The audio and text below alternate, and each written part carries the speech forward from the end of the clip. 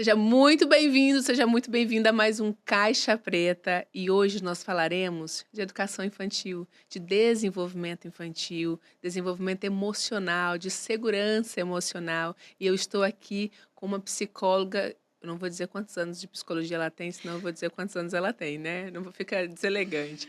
Mas ela tem mais de 2 décadas de psicologia. É a Renata Martins e nós vamos falar sobre desenvolvimento infantil. Seja bem-vinda, Renata. Muito obrigada, Josi. É um prazer estar aqui com você, né? Para compartilhar um pouquinho dessa experiência, dessa trajetória aí, tanto no consultório quanto em escola também, né?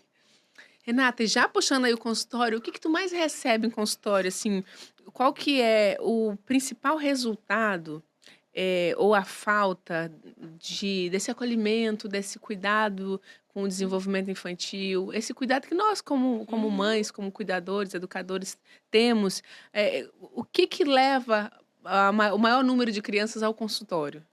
Então, hoje são diversas demandas, né? Nós sabemos que existem as necessidades emocionais básicas e o não suprimento dessas necessidades, elas podem gerar diversas situações, tanto na vida da criança quanto posteriormente. E pode, por exemplo, né, gerar ansiedade, pode gerar medo, insegurança. Então, muitos pais procuram consultório por conta disso, né? Só que, na verdade, a maior demanda que eu tenho hoje, além da ansiedade, são os outros transtornos também de comportamentos, por exemplo, TDAH, Tá muito alto o número, TOD, né? né? Exatamente. Na verdade, eu nem digo que o índice de transtorno está muito alto. Mas exatamente nessa necessidade emocional aí, vamos colocar de limites, os pais muitas vezes, né, eles não oferecem os limites adequados. Então, essa dificuldade de limite também vem trazer transtornos como esse ou até comportamentos que levam, por exemplo, né, os pais ou até alguns profissionais a confundirem o transtorno. Porque Traz, desmistifica aí pra mim, como assim? Porque que acontece? Tanto no TDAH quanto no TOD, existe a dificuldade de limite. Uhum. Mas não necessariamente esse limite vem de uma falta, tá? Porque realmente há uma questão bem comportamental também. Mas no TDAH, por exemplo, existe uma alteração neurobiológica. E tem crianças que não têm essa alteração, mas têm dificuldade de comportamento.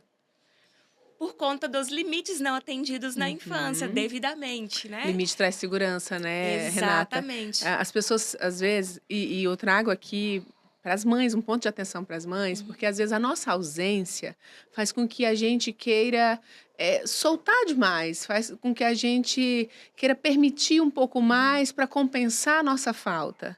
Então, isso gera uma falta de limites. E o limite, ele traz segurança para a criança. Uma criança que tem limite, ela se sente bem, ela se sente segura, ela fica brava na hora, óbvio, né? Mas isso traz para ela, tem alguém cuidando de mim, tem alguém tomando conta de mim. Isso traz um conforto emocional para essa criança. Então, é muito importante que você que cuida de uma criança, que você que tem esse cuidado com uma criança, atente aos limites que são necessários para que ela cresça e se desenvolva feliz. E trazendo essas necessidades, Renata, quais são assim as principais necessidades que uma criança tem na primeira infância, principalmente, né, que é onde é o solo que caminharemos a vida toda? Né, então essa necessidade, né, de segurança, de apego, de autonomia, de Uhum. limites, orientação para si, né, a criança precisa olhar para ela mesma, para saber quem ela é, espontaneidade, lazer. Esses são os 5 principais. Vamos falar um pouquinho deles, assim, até para que as pessoas em casa entendam o que que significa, por exemplo, necessidade de apego. O que é exatamente a necessidade de apego? É estar com a mãe? É ter esse cuidado? É ter essa proximidade? O que que seria isso? Exatamente, é muito mais uma segurança emocional, né? É claro que a presença conta muito, mas a gente sabe também que não é possível a gente estar ali presente o tempo todo, mas a gente passando essa segurança para a De que vai criança, né? voltar, né? Exatamente. E mesmo assim tem criança que ainda sente, né? Essa ansiedade quando tem ausência, mas quanto mais segurança os pais passam para essa criança ou né, o cuidador no caso, olha, eu tô indo, mas eu volto, né? Você vai ficar na escola, mas eu venho te buscar. né? Esse carinho, esse afeto que a criança precisa. Aprender a falar dos sentimentos, isso é uma coisa muito importante. Tem adulto que não sabe ainda. Exatamente. E eu falo que para a gente conseguir trazer a criança para falar dos sentimentos, o adulto precisa saber falar também. Sim, né? Porque senão, como eu vou ensinar o que eu não sei, né? O que eu nunca aprendi. Exatamente. E tem muito isso de os pais levarem para o consultório e a questão, na verdade, é deles. Muitas vezes. Porque eu já me perguntaram, tu atende criança? Eu falei, olha, depende, não é a minha área. Mas aí quando eu vejo, não é o problema da criança, nunca foi. Aí eu falo, não, nesse caso aqui eu tenho que atender você. Aí a pessoa, não, mas é ele que está precisando. Então, mas no caso, se você resolver o seu, a criança resolve o dele também. Exatamente. Praticamente a maioria, Josi. Então, o apego, o limite nós falamos, o que é mais? A autonomia. A autonomia é interessante. Assim, ó, a autonomia, gente, é desde deixar escolher a própria roupa. Eu lembro quando as meninas eram pequenininhas, eu deixava uma arara fora do guarda-roupa, uma ararinha da altura delas, e eu deixava ali 3 opções. Isso. Também não pode dar muitas opções, né? Exatamente. Que nem nós sabemos escolher com muitas opções. Aí eu deixava 3 opções ali e 2 calçados, aí eu falava, escolhe a sua roupa. E aí elas iam lá e escolhiam entre aquelas. Mas é legal demais. Sabe por quê? Depois que você começa, desde pequena, a escolhendo as suas coisas, aí determinando aquilo que você quer, dá 2 opções, até alimento, né? Eu falo, você quer comer isso, isso ou isso? E aí ela fala, eu quero aquilo. Aí a Vitória é do contra, né? A Vitória que tem suco de laranja, abacaxi e acerola. E ela fala assim, eu queria de uva. Não, minha filha, tem laranja, abacaxi e acerola. Mas assim, isso também é interessante. Renata, sabia que isso aí vem da falta lá atrás, do oral da falta? Eu não sei se tu conhece dessa área, é mais haitiana. E ele disse que o oral da falta, ele quer sempre o que não tem. Então, por exemplo, é aquele adulto que depois de grande ali, né, cresceu, e ele vai falar assim, igual a Vitória, quer suco isso, ela quer aquilo que não tem. Quer bolo de cenoura ou de chocolate? Não, eu queria um bolo de fubá. E quando não tem o que ela quer, ela fica sem nada. É que ele fala que tem 2 oral, o oral da falta e do excesso. O do excesso pega tudo pra ele. Sim. Não tem, eu quero experimentar os 3. Isso é muito interessante. Mas isso, né, vamos colocar assim na linguagem da terapia dos esquemas, tem muito a ver com essas necessidades básicas não atendidas também. Do esquema é do abandono, né? Sim, no caso, por exemplo, a criança que não tem esse afeto, que ela se sente abandonada, né? Então, ela pode usar várias estratégias, como se fosse para aliviar, né? Esse abandono, essa angústia. Exatamente. Então, mas muito bacana. Então, assim, a gente conhecer do desenvolvimento infantil, você que tem filhos, é muito importante, até porque você se conhece. Eu conheci muito de mim estudando desenvolvimento infantil. Eu falei, uau, isso aqui é meu, isso aqui... E é verdade. Isso é lindo. Né? Não tem como a gente estudar essas necessidades emocionais básicas se a gente voltar para a nossa infância. E aí, quando a gente acolhe a gente acaba tendo ferramentas para acolher nosso filho também, Exatamente. Né? Você falou a palavra certa. E a gente tem que ter autocompaixão, né? Ter esse autoacolhimento para a gente conseguir transmitir isso para os nossos filhos, né? E, Josi, voltando aqui para a autonomia, que algumas pessoas às vezes não pensam que perpassa por esse caminho, mas a frustração também é uma coisa muito importante para que a criança consiga desenvolver autonomia. Eu falo que é difícil, às vezes, a gente vê uma criança passando por uma situação difícil sem a gente querer intervir.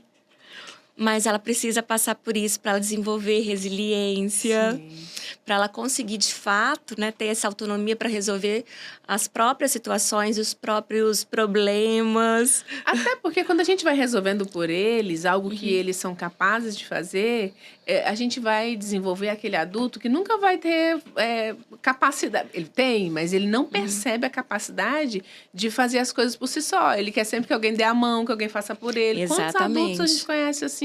É exatamente essa criança, né? Exatamente. Que alguém foi lá e fez tudo. Outro ponto que eu observo, Renata, falando da autonomia, pais com mais idade, pais mais velhos, parece que eles não querem deixar os filhos se frustrarem. Então, eles acolhem, eles fazem tudo o tempo inteiro por essa criança, e aí Eu digo, tô falando dessa faixa etária porque é onde eu mais percebo essa atitude. Até porque eu acho que os jovens estão com a cabeça em outro lugar, mas eles querem fazer demais. E aí, super protege. O que a superproteção traz para a criança no desenvolvimento? Olha, a superproteção é exatamente, né, esse comportamento de não querer deixar o filho se frustrar, né, de querer proteger. E isso pode trazer o quê? Né, dificuldade de autonomia, insegurança, né? Pode trazer ansiedade. Então, muitas situações, porque na verdade, quando o pai protege o filho, ele acha que está fazendo o melhor. E a gente sabe que, na verdade, o que ele está fazendo ali, né, é trazendo para aquela criança um comportamento, uma dificuldade que pode gerar futuramente, né, uma disfunção, por exemplo, comportamental e até um transtorno emocional. Nossa, é pesado a gente pensar nisso, né? Porque, poxa, a gente faz com a melhor das intenções, querendo fazer com que essa criança seja muito feliz. Sim. E aí a gente está desenvolvendo algo que lá na frente ela vai sofrer com isso. Exatamente. Então, a gente precisa realmente olhar para isso. O que mais nós falamos de 3, né? Isso. Qual que é o quarto? Vamos falar dos limites agora. Ui! Colocar limite, assim, é de uma importância tão grande, mas tão grande, né, Renata? E o que a falta de limites gera o que lá na frente? Então, pode gerar, né, muita essa questão comportamental mesmo. Por exemplo, da criança não saber reconhecer o próprio limite. E isso pode gerar, por exemplo, pode até cair numa situação de transtorno, porque é muito parecido, como eu disse para você. Né? A criança que ela não tem limites, ela também pode trazer insegurança, né? Pode trazer alterações comportamentais, por exemplo, comportamentos não assertivos, no sentido de não conseguir lidar mesmo com algumas frustrações. Porque essas necessidades básicas, elas acabam uma perpassa pela outra, né? E o que acontece? Por exemplo, não conseguir falar não, aceitar relacionamentos abusivos. Nossa. Então, várias situações. Mas para os pais conseguirem passar esse limite para a criança, eles também precisam saber lidar com o próprio limite, saber falar não, mostrar para o filho a consequência da situação, por exemplo, de situações que eles mesmos estão passando. Né? Falar assim, olha, isso está acontecendo com o papai e com a mamãe porque a gente fez isso. Então, quando eles mostram para a criança o que acontece, né, o resultado de determinado comportamento, eles estão mostrando também limites. A gente ensina com ações, né, Renata? Muito. Não com palavras. Não faz isso. Tá, mas eu tô fazendo, e aí? Exatamente. Como é que faz? Você falando aí dos limites, eu me veio o Setembro Amarelo, né?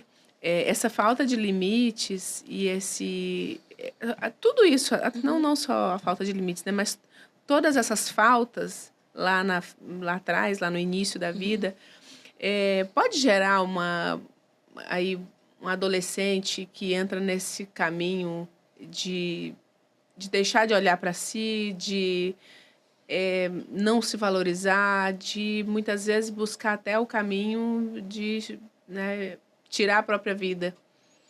Com certeza. O que acontece? O que é essa questão de tirar a própria vida? Para eles é uma alternativa, é uma busca de resolver um problema. Só que, na verdade, eles não vão flexibilizar outras possibilidades. Então, eles vão buscar o quê? O que para eles ali naquele momento é mais fácil. Então, é uma baixa tolerância à frustração também, em alguns casos, né? Agora, é claro que tem, por exemplo, algumas crianças, adolescentes, pessoas que são neurodivergentes, por exemplo, né? Que elas têm realmente uma sensibilidade muito maior em relação a essas situações da vida. Então, elas são mais suscetíveis a isso. Mas, quando a gente tem, vamos colocar assim, uma pessoa que não tem transtorno, que não é neurodivergente, muitas vezes uma baixa tolerância à frustração faz com que ela busque esse caminho como alternativa. Que triste, né? E como é que a gente pode melhorar esse acolhimento, esse cuidado? O que é necessário que uma mãe faça? Não só a mãe, mas às vezes quem substitui a mãe, né? O cuidador. O que dentro vamos colocar de cada uma das fases, o que é assim primordial que ela faça? Né, por exemplo, vamos falar aqui da questão dos limites. A gente também tem, por exemplo, a empatia. Ensinar a criança a se colocar no lugar do outro, isso é fundamental para que ele possa entender o que ele pode fazer naquele momento. para que a criança não pense só nela mesma, né? Mas também se respeitando, né? Porque às E vezes também eu vejo, exatamente. às vezes eu vejo, Renata, nos parquinhos, por exemplo. Ah, dá o brinquedo para fulano. A criança tá usando, é dela. Não dá para criança. Não dá, não seja egoísta. Não, peraí, calma. Você faria isso com um adulto? Isso é sensacional. Você faria isso com um adulto? Você tomaria esse livro aqui da Renata e não, você vai me dar. Porque eu cheguei aqui, sua visita, e você tem que me dar. Não, tem que nada. Você está lendo. Eu não tenho que tirar de você. Então, a gente tem que entender a empatia também colocando a preservação. Sim, Semana passada eu atendi uma senhora que ela falou assim, nossa, eu sou muito boa, eu tiro de mim para dar para os outros. Eu falei, você é muito boa para todo mundo, mas para você mesma você não é. Exatamente. Porque se você tira de você para dar para os outros, e aí, você fica sem? Exatamente. Então, a gente precisa ter empatia, mas precisa ter amor próprio também. Precisa ensinar esse autocuidado, esse autoamor. Como a gente faz isso? Por isso que tem a orientação para si. Né? Ensinando a criança a buscar mesmo o que ela realmente gosta, o que faz parte dela, né? Porque o que acontece com os pais? Muitas vezes eles querem espelhar os sonhos deles na criança. Tem que lembrar que a criança, ela é diferente. Então, o que realmente aquela criança precisa naquele momento? Eu falo que essa é uma pergunta fundamental para a gente entender qual que é a verdadeira necessidade da criança. E quando a gente também se coloca no lugar, né, você que tem filhos vai me falar bem disso, quando você lembra de você, lá na idade das suas filhas, o que você precisava naquele momento? Hoje você sabe responder, né? Então, fica mais fácil você entender o que elas precisam também. Não, e assim, e com toda a bagagem que eu tenho hoje a gente precisa realmente... A gente não estuda para ser a nossa profissão, né? Para fazer o que a gente executa como profissional. Para ser pai, para ser mãe, também existe uma gama de conteúdo. A gente precisa estudar também. Porque eu falhei bastante com a Vitorinha, porque eu não sabia. Tem muita coisa que eu não sabia. E eu vejo a diferença delas duas, assim, é nítida. A mais nova é assim, é toda solta. Ela é dona de si, ela é dona do pedaço. Ela chega, onde ela chega, ela se espalha. Assim, e é desde o parto. Aliás, desde a gestação, né? Eu era insegura, eu não sabia o que ia acontecer, como é que ia ser. Aí eu fui com 38 semanas eu fui no médico, ele disse, se não nascer até amanhã, a gente tira. Lá eu tirei no mesmo dia, tirei mesmo, porque não estava na hora ainda. A Alice aconteceu a mesma coisa. Com 38 semanas, eu fui na médica, ela disse... Isso era 16 de maio. Ela disse, dia 22 a gente pode marcar o parto. Eu falei, não vou marcar. Como assim? Você tem cesárea anterior? Eu falei, não vou marcar. Ela vai nascer na hora que ela quiser.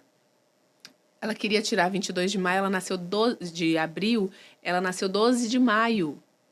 20 dias para uma criança dentro da barriga é muita diferença. É muita coisa. Então, ela nasceu, veio para o colo, passou 1 hora ali. Depois é que foi medir, pesar. Porque não tem necessidade de fazer isso correndo. A criança nasceu saudável, não tem necessidade nenhuma de pesar, de medir, de esticar, de limpar, de dar banho. Então, assim, a Alice, eu botei o pé na parede e eu falei, não, ninguém vai fazer o que eu não quero. Do que eu não preciso. E você pode ver assim, a diferença delas. Você atende as duas, você vê a diferença nítida das duas. Então, assim, uma é segura demais. Nossa, é incrível. A outra não deixa de ser, né, uma criança maravilhosa, mas é perceptível a insegurança que a Vicky demonstra e que a Alice não tem nem um pouco. A espontaneidade. Entende? Por conta do cuidado, do tratamento. O estar ali próximo, a amamentação faz muita diferença. Sim. Qual a diferença que a amamentação faz? A amamentação é aqui assim, ó, eu não pude amamentar. Então, você não poder amamentar, a gente não pode se cobrar por isso também, né? Claro. A gente fala, mas a Vicky, eu não consegui, eu chorava, me lamentava. A Alice, deixei logo a lata de leite lá em casa e quando chegou, eu botava no colo, assim, com todo o cuidado que se tem algo. Por que a gente amamenta, que o peito é aqui? É para estar com os olhos nos olhos da criança, é para ter esse cuidado, essa É o proximidade, aconchego. o aconchego, o calor. Então, você consegue fazer isso com a mamadeira também. Exatamente, isso Não que eu é? ia falar. Então, né? assim, qual é a necessidade da criança nesse momento, Renata? É muito mais esse aconchego, né? Essa relação ali, mãe e filho, do que ao próprio, vamos colocar Leite assim, em si, peito né? em si. Porque ele pode ser substituído? Pode, desde que seja feito de forma adequada. Né? Porque o carinho, o afeto, a ligação, isso é o que conta Construção mais. do vínculo, né? Exatamente, é isso aí.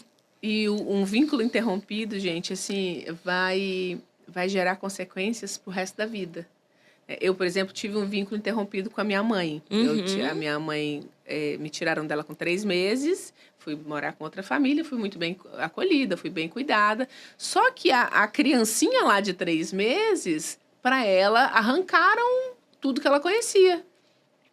Então, esse vínculo interrompido, ele interrompe outros vínculos ao longo de toda a vida. O que acontece, Renata, quando acontece isso na mente da criancinha? O que acontece? Quando existem essas rupturas, né? Isso pode gerar uma questão, por exemplo, de insegurança na criança, mas dependendo de como que a criança vai enxergar isso, tá? Porque isso depende muito da leitura que a criança faz da situação. Pode gerar até um trauma. Porque tudo aquilo que excede a capacidade de suporte da criança naquele momento pode gerar uma situação que naquele momento ela não tem capacidade de lidar, então acaba vindo, né, a ser um trauma ali, que ela vai ter que trabalhar isso mais tarde. Porque o que acontece? A criança, ela não é preparada para todas as situações adversas da vida. Sim. Por isso que os pais precisam apresentar situações, precisam deixar que ela envolva com cada situação ao longo da vida. Por exemplo, uma criança de 2 anos, você não vai cobrar dela o que você cobra de uma criança de 6. Sim. Então, ela não vai ter nunca a mesma autonomia, né? Pelo menos não deveria ter, nesse sentido. Então, tudo aquilo que excede a capacidade de suporte e que é pesado para aquela criança naquele momento, por exemplo, uma troca de família, né? Ela está começando ali com os primeiros vínculos, com aquele apego. Aí, de repente, isso é tirado, né? Isso pode realmente trazer isso no histórico da criança, Consequências, né? Exatamente. A gente puxou aí como trazer situações, como lidar com o luto, por exemplo, com uma criança ali vamos colocar, de uns 4 a uns 10 anos, que é quando ainda, né, já sabe o que é a perda, já consegue elaborar isso. Como é que lida? Na verdade, com 4 aninhos, ela ainda está aprendendo a elaborar, porque ela ainda está nessa fase, né, mais do concreto. Mas eu falo o seguinte, sempre com a verdade. Mas uma verdade que seja acessível para a criança naquele momento. Eu não vou conversar com ela como eu converso com o adulto. Nem com adulto deveria ser tão duro num momento assim, né? Exatamente, a gente tem que saber como falar. Há 2 anos atrás me deram uma notícia assim, mas me deram de forma tão brusca, que eu falei assim, mas como é que dá uma notícia dessa maneira? Fulano morreu, pá! Tá, mas peraí, o fulano é importante pra mim, não chega assim e... Calma, eu preciso de uma preparação.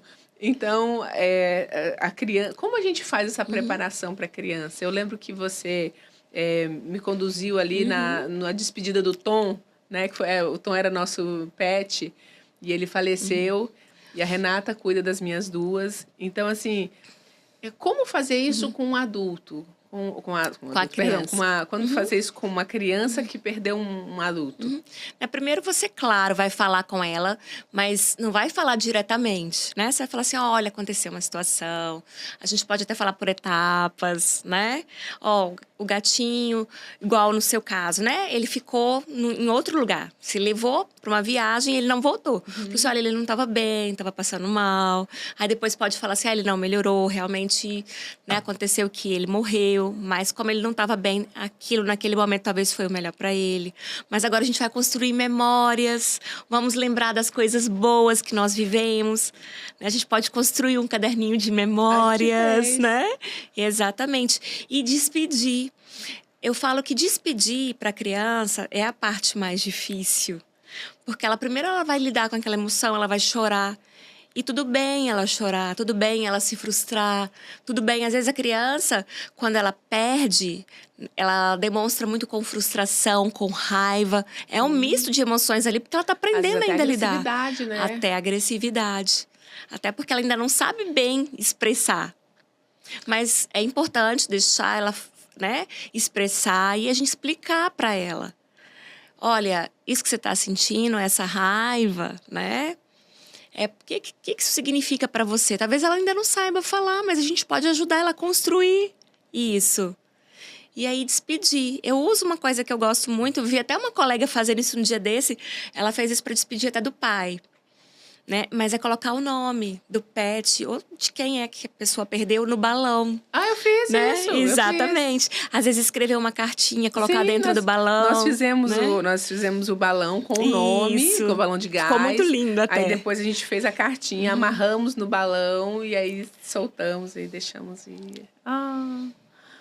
Muito, muito triste. A Alice, quando perdeu o Dindo, ela tinha, acho que 4 anos. E ela ficou muito agressiva na escola, ela batia nas crianças, ela ficava irritada, e às vezes, né, vinham me dar feedback os professores, eu falava, ela está passando por um momento muito difícil, não briga com ela, acolha ela, né? Nesse momento que ela estiver batendo nos outros, que ela estiver agressiva, você pega ela no colo e fala, vem cá, Alice. Vem cá, a tia entende que você está passando por um momento difícil, não podemos descontar nas pessoas, mas eu entendo que você não está bem, que você não é assim. E aí, às vezes, até tomava um choque, né? Porque ela esperava que eu brigasse com ela e que eu tivesse uma atitude mais firme. Só que não é momento para ter essa atitude. Exatamente. Porque a tristeza, até a depressão, Josi, ela muitas vezes vem com uma máscara, né, da raiva, da agressividade. Mas o que está por trás? Né? É a tristeza, é o luto, até a depressão infantil, que é mais difícil detectar por conta disso. Então, a criança ela precisa expressar, mas é exatamente isso. Nós vamos ensinar para essa criança como que ela vai expressar.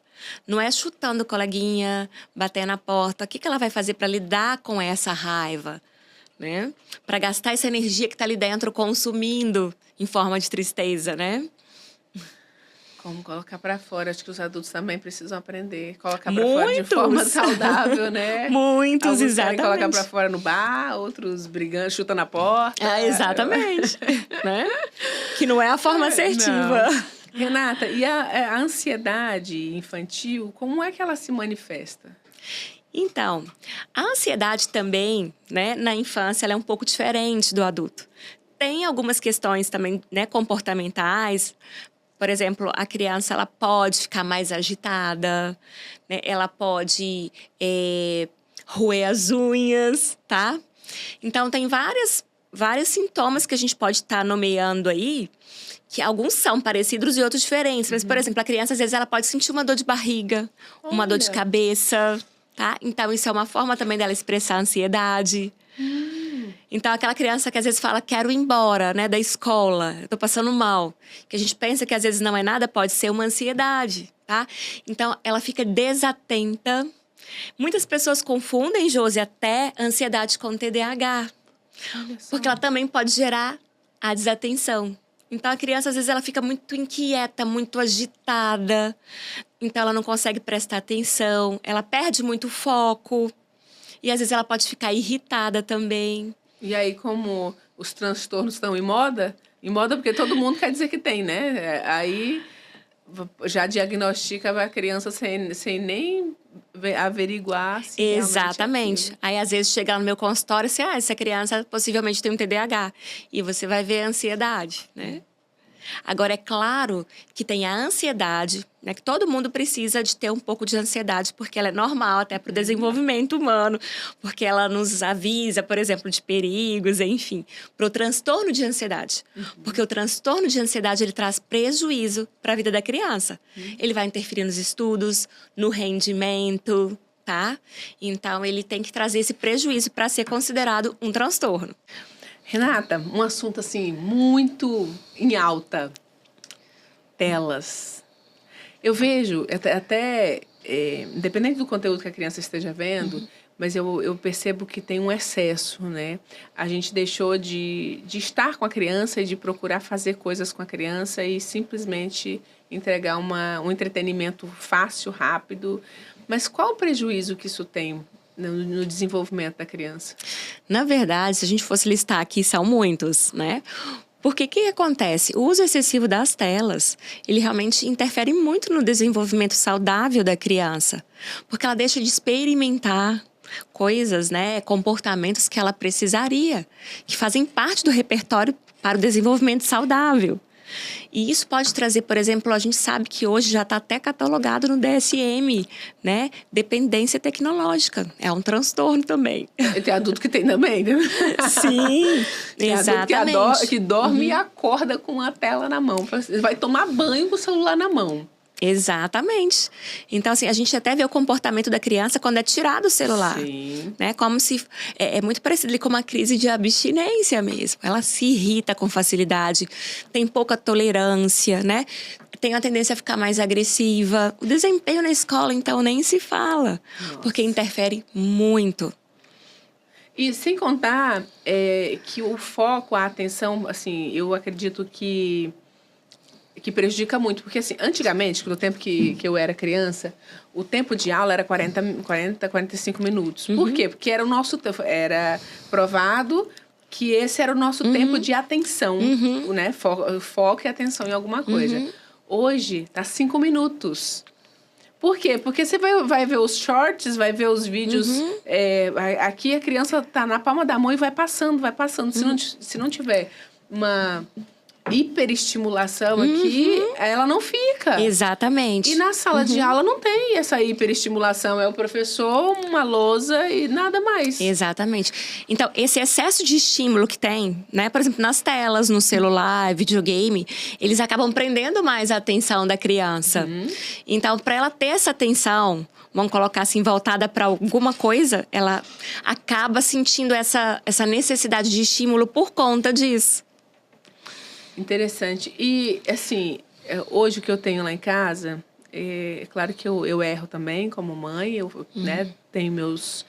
Nem sempre eu faço sempre o melhor que é possível. Sim, para claro. Aquele momento, mas nem sempre é o melhor. Mas lá em casa a gente tem um compromisso, assim, a gente tem pouco tempo de tela, no máximo, estourando 30 minutos por dia, quando dá tempo, porque tem dia que não dá tempo mesmo. Porque extrapola ali o nosso tempo de sono e tudo. Então, eu procuro fazer as coisas de casa quando as crianças não estão em casa e, quando elas estão em casa, estar com elas. Às vezes, até no preparo ali de algum alimento, alguma coisa, eu levo elas para a cozinha, vai quebrando ovo aí para mim, vai fazendo tal coisa. Porque é uma forma também da gente trazer elas para essa participação da casa, né? De como a casa funciona. E eu percebo muito, assim, as mães mais próximas, que deixam na tela enquanto elas fazem alguma coisa em casa. É como se tivesse ali, fica ali entretido que eu vou fazer meus afazeres aqui. Qual o prejuízo que tem dessa falta de participação? Porque isso trabalha na construção dessa criança também, né? Exatamente. E essa criança vai precisar, por exemplo, de espontaneidade. E a presença dos pais é imprescindível para isso. Tá ali, não falo nem gastar o tempo, né? Investir o tempo. Investir o tempo com os filhos. Isso aí é fundamental. Então, eu falo o seguinte, pais que acabam terceirizando isso, né? Para o celular, para a escola, acabam perdendo muito esse contato, esse convívio com os filhos. Que ajuda, vamos colocar assim, né? Nessas necessidades aí. A suprir essas necessidades. E principalmente a espontaneidade, a autonomia e... Sem falar o quanto isso traz prejuízo mesmo. Porque quando a gente fala de telas... Porque quando você deixa o filho na escola, ele ainda está tendo uma outra atividade, né? Que, a certo ponto, é importante para aquela criança. Mas quando você deixa nas telas, eles estão assim... E às vezes os pais estão também... Exato, e os filhos falam isso, eles me entregam tudo, Josi. Tá a criança ali, mas o pai, a mãe tá também. Exatamente, então eles às vezes falam isso no meu consultório, porque meu pai não deixa eu ficar no celular, minha mãe, mas ela fica. Então eles trazem isso. Então não adianta, a gente tem que ser a referência também saudável para os nossos filhos, né? Então o que acontece? Às vezes chega criança, por exemplo, no meu consultório, tá com sintomas ou diagnóstico de depressão, e você vai ver, é dependência tecnológica. Uau! Gente, que perigo. Exatamente. Então, assim, eu já atendi uma criança uma vez que ela teve um desvio ocular por conta do excesso de uso de telas. Meu Ele ficava Deus. muito próximo do celular. E aí ele ficou, eu esqueci o nome até, né? Existe, não acontece, não é tão comum, mas acontece, né? É como se a criança ela perdesse o controle mesmo. O olho dela começa né, a ter uma instabilidade enquanto ela conversa com você. Minha nossa. Já recebi casos assim também. Olha que horror. Senhor da glória. E, assim, os pais em casa, o que tu indica, assim, eles... brincar, tá, mas brincar como? O que a gente pode fazer com os nossos filhos enquanto estamos em casa? É cada vez menos tempo, né, que a gente está tendo com eles. Então, assim, eu lá em casa, por exemplo, eu gosto muito do Geomundo, gosto do cara a cara, gosto de brincar, de desenhar alguma coisa, a gente cria muita coisa. Ou até quando a gente está vendo televisão, eu sento e vejo com elas. A gente vê uma série, assim, mais educativa, e aí senta, eu faço uma pipoca e eu sento no meio e aí fica as três comendo pipoca e assistindo um episódio e vamos dormir. Porque, assim, é uma forma gostosa, né? De estar ali assistindo, fazendo alguma coisa, mas tá junto, tá? Com troca de carinho. As duas estão se engalfinhando, você já coloca limite ali. Exatamente, tem que aproveitar. Aproveita os momentos. Mas o que mais eles podem fazer, assim? Então, essa questão de jogo, eu acho, assim, muito bacana. Porque a gente tá perdendo muito isso. Né? Os jogos hoje são o quê? Tudo de tela. Jogos de tabuleiro. Eu falo assim, eu admiro aquelas crianças que jogam... A gente joga dama, lá em casa eu tomo cada surra. Né? Criança que ainda joga xadrez, que joga dama, que usa esses jogos de tabuleiro, eu acho isso fantástico. Então é sentar junto com a criança, brincar, construir alguma coisa junto. Eu gosto muito desses jogos também de construção, por exemplo, de peças. Né? A gente tem aí o Lego, mas eu não gosto muito daqueles Legos que vem só uma coisa para construir. Um modelo específico. Isso, eu gosto daquele que vem, que a construção é livre, porque você pode trabalhar a espontaneidade e a criatividade. Exatamente. Não que esse que seja projetado para construir uma coisa só seja ruim. É legal também, porque é um desafio, né? São coisas diferentes. Mas não estimula a criatividade em si. E, né? De uma forma, pode estimular, mas não da forma que o brincar livre ele vai estimular. Tá? Por exemplo, colocar a mão na massa. Vamos fazer uma massa aqui, ou uma massinha mesmo, ou uma massa de bolo, ou uma massa de biscoito. Isso é legal demais, né? Trazer a criança para o seu mundo também. Mas não da forma que a gente traz o adulto. Eu não posso jamais esquecer que eu tô lidando com criança e que é só uma criança. Sim, pode cobrar como se fosse um adulto. Exatamente. Né? Ó, você vai fazer isso. Nossa, você quebrou o ovo errado. Nossa, você entornou aqui. É só uma criança. Né? Então, a gente tem que lembrar. Casca. Vamos tirar, né? Olha só, isso aqui quando acontece a gente tira. Então, para que a gente consiga trabalhar essa criança de forma espontânea, né? Mas também trazendo ali os limites. Também não vou deixar ela pegar a massa, jogar no chão, passar a mão na geladeira, porque aí também eu tô falando de limite. Ai, meu Deus, você me lembrou aqui, minha pequenininha. Quando eu virava, eu botava pra brincar de massinha, só que a gente fazia a massinha com trigo, né? Eu virava de costas quando eu via, Renata, o pacote de massa tava no chão e ela tava passando no corpo e esfregando no chão. Eu falava, meu Deus. Bom, mas a responsabilidade é minha, que deixei ao alcance. Ai, mas se sujar um pouco faz bem, sim, né? A questão exatamente. Agora eu vou colocar o limite. Olha, você tá com a mão suja de massa? Então, por exemplo, ela abriu a geladeira pra pegar água. Eu falei assim, ok, filha, sujou. Da próxima vez, lava a mãozinha antes. Ela vai pro quarto com a mão suja. Eu falei assim, minha filha, lava a mão antes, porque lá você vai encostar. Então, é nesse sentido. Mas tem, né, como diz, tinha uma propaganda que fala assim, se sujar faz bem. Pois é. Às vezes a gente tem que deixar também, né? Deixa ser feliz. Porque aí já entra o lado da espontaneidade. Gente, mas tudo com limite. Ela aprontava horrores. Olha, Renata, aquela menina ali... Eu já nem testava limite mais, que eu já olhava e dava risada. Eu falava, Senhor, dá-me mais tolerância, Senhor. Eu virava de costas, quando eu via ela tava lá, pegava o tubo de pomada, passava nas pernas. E dá Né? Ela viu alguém fazendo um comportamento parecido no corpo dela para hidratar. Exatamente. Né? Eu tava hidratando. Aí ela com os dois ali. E aí passava. Senhor. E é interessante, Josi, uma coisa que você está falando, o limite entre o limite e a espontaneidade aí. Porque um esbarra muito no outro. A gente tem que tomar muito cuidado para que esse limite não seja também uma imposição, no sentido de até limitar a criança a própria espontaneidade. Porque isso pode trazer uma inibição emocional. Que ela não consiga expressar da forma que ela precisa, de forma autêntica. Aí aquela né? pessoa, aí quando cresce, o que se torna, Renata? Aquela pessoa mais pacata, mais fechada, contida. mais contida, né? Que tem dificuldade mesmo de falar sobre o que sente. E isso pode adoecer, né? Uma pessoa, quando ela não consegue expressar, não consegue colocar para fora o que ela precisa. E uma criança que é punida em excesso, assim, o que gera? Olha, isso pode gerar um comportamento também muito próximo aí da timidez, né? Uma introversão muito acentuada e pode completamente comprometer a autonomia e a espontaneidade dessa criança. Porque punição, ela é diferente de limite.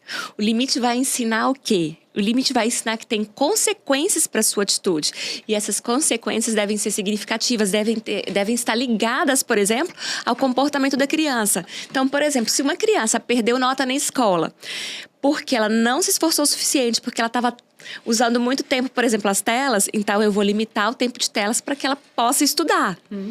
Né? É um limite significativo. Agora, uma criança teve um comportamento na escola, né? Por exemplo, bateu no coleguinha, vou deixar ele sem tela. Só se eu associar que aquilo que ele estava assistindo está estimulando a agressividade. Mas se não for, eu vou buscar o que pode estar associando. Né? Então, isso também é importante. Porque a punição, na verdade, ela é negativa. Porque a punição fala muito mais sobre autoritarismo. Sim. Porque o limite fala sobre respeito. Né? Eu preciso ensinar a criança a respeitar o adulto, a respeitar os pais. É que as pessoas, muitas vezes, elas não sabem estimular esse respeito, né? Exatamente. Então, é melhor imposição. No sábado passado, em 2 momentos, 2 lugares diferentes, eu observei assim, um comportamento de uma mãe e depois de um pai, que eu falei, meu Deus, pior que é isso assim, que tem em geral, né? Eu tava na praia, aí a criança tava indo muito pro fundo. E a mãe, volta aqui, eu vou... Aí ela foi lá, arrastou ele e falou assim, eu vou te bater, se você não ficar só aqui, eu vou te bater para você aprender o limite. Então, assim, é um limite, mas é um limite imposto, né? E com uma certa autoridade. Aí tava na pracinha, de tarde, aí o pai, de novo, o menino com a motinha, e ele vem aqui para pro lado de dentro, eu vou te bater, e assim, gritando, muito agressivo. E aí ele falou, você só aprende quando apanha. Eu falei... Né? O que não é verdade, né? Somos de uma geração que apanhou, aí as pessoas falam, apanhei e sobrevivi, mas nós não estamos criando sobreviventes. Exatamente. Sabe por quê? Olha só, esse tipo de comportamento que é muito mais uma punição, né? Ele traz não só inibição emocional, mas também inibição comportamental. Que aquela criança que não tem autonomia, que não consegue resolver as próprias coisas, ou, né, aquele adulto muito inseguro. A gente tem essa geração. Né? E eles falam assim, não, realmente, isso aí, né? Eu apanhei lá atrás, meus pais eram assim, tudo, e não tem... E tá tudo ok, mas não tá tudo ok. Se a gente for olhar a verdade, né? Não tem muitos adultos aí machucados, feridos, e eu falo o seguinte, por isso que é tão importante trabalhar o adulto. Porque pessoas feridas ferem outras pessoas, né? E isso serve para pai e filhos. Para pais, né? Não é só pai no sentido... Ai, que triste. Realmente, assim... É olhar pra gente, né? Eu digo que a melhor forma de olhar para uma criança é olhar para os pais. Exatamente. É olhar pro adulto em si. E esse livro aí, Renata? Então, esse livro aqui eu trouxe porque ele fala, né, do que seu filho precisa, do que a infância precisa, que é um livro da querida Natana, é uma colega muito competente. Ele foi escrito baseado na terapia de esquemas. Então, assim, eu acho que todos os pais deveriam ler, viu, Josi? Eu tô terminando a minha leitura, porque eu conheci esse livro tem pouco tempo, tá até todo riscado. Falei com a Josi que eu adoro riscar tudo que eu também leio. Sou dessas aí, de rabiscar. Né, quando eu voltar, fica até mais fácil encontrar aquilo que eu achei mais importante. Apesar de que esse livro, eu falei assim, eu acho que ela já pegou assim, o mais importante, falou, vou colocar tudo aqui. Né? Fiquei de indicação para os pais. Que mais de indicação? O que mais você dá? Dá uma dica para os pais, além desse livro. Eu gosto muito daquele O Cérebro do Bebê também. Eu acho muito bom. O incrível. Cérebro da Criança, tem o Cérebro do Adolescente. O Cérebro da Criança. Isso, muito bom aquele também. Livro é incrível. E que mais? Deixa dica para os pais aí, para eles começarem essa jornada de, peraí, eu tenho que saber mais. Olha, eles podem começar por esse que você falou, que eu acho que é uma excelente indicação. E esse aí também tem um sobre limites. Tá? Dos mesmos autores, da mesma coleção. Sim. Eu esqueci o nome aqui agora. Tem outros aqui que eu não estou lembrando o nome agora, mas eu posso passar depois para você passar também, tá? Mas tem vários que acho que são bem legais para os pais estar lendo. Mas esse daí que você citou e esse daqui eu acho que é um ótimo começo, tá?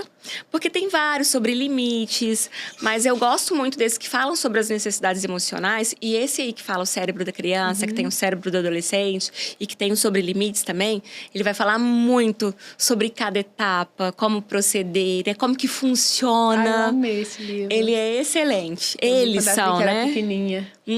Acho que ela tinha 1 ano e qualquer coisa. Nossa, aquele livro me abriu um... Aí eu gosto mais dos científicos também, né? Que eu sou daquelas. A criança de Maria Montessori, aquele livro mudou minha vida. Mas é um livro difícil de leitura e difícil de encontrar também, porque ele é um livro, acho que tem mais de 100 anos. Eita, esse é um livro antigo mesmo, bem antigo. O bom é que eles vão revisando, né? A literatura e vai ficando mais... O que eu achei é muito antigo, assim, as folhas são amarelas, eu achei num sebo...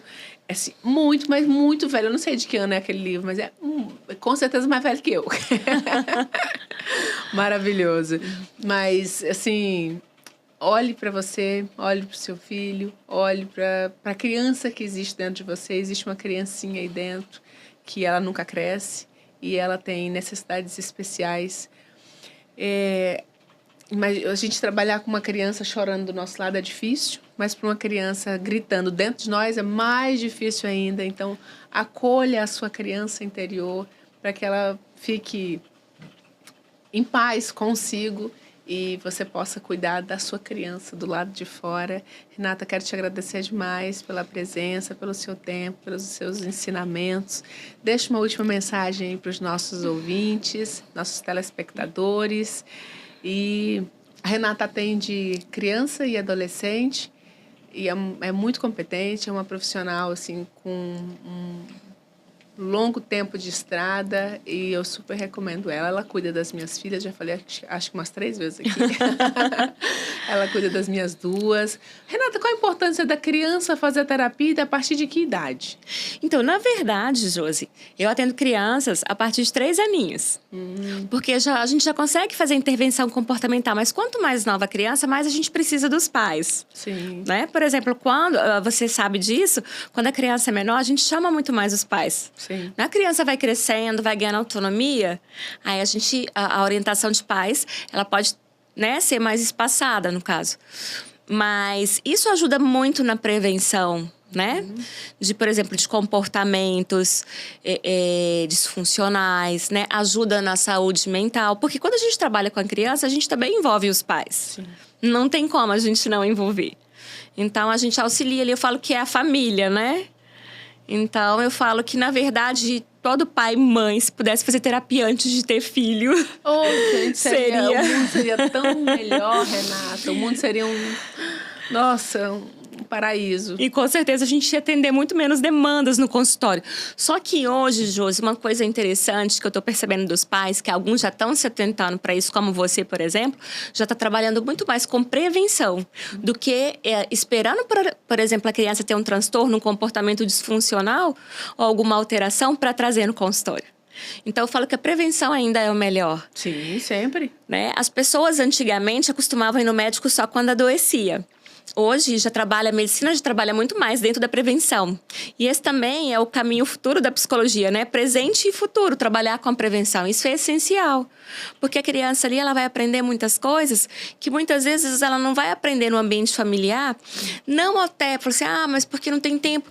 Não, por causa da demanda mesmo, daquele momento, daquele tempo. E porque a gente já sabe algumas necessidades da criança. E a gente vai propor materiais para intervir especificamente nisso também.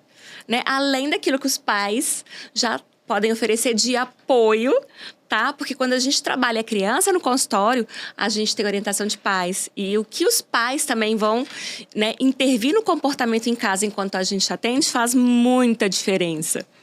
Perfeito. Muito grata, Renata. Então, eu quero agradecer também, Josi, pelo convite, pela confiança no meu trabalho, né? E reforçar isso que você falou. Todo adulto tem uma criança, né, interior.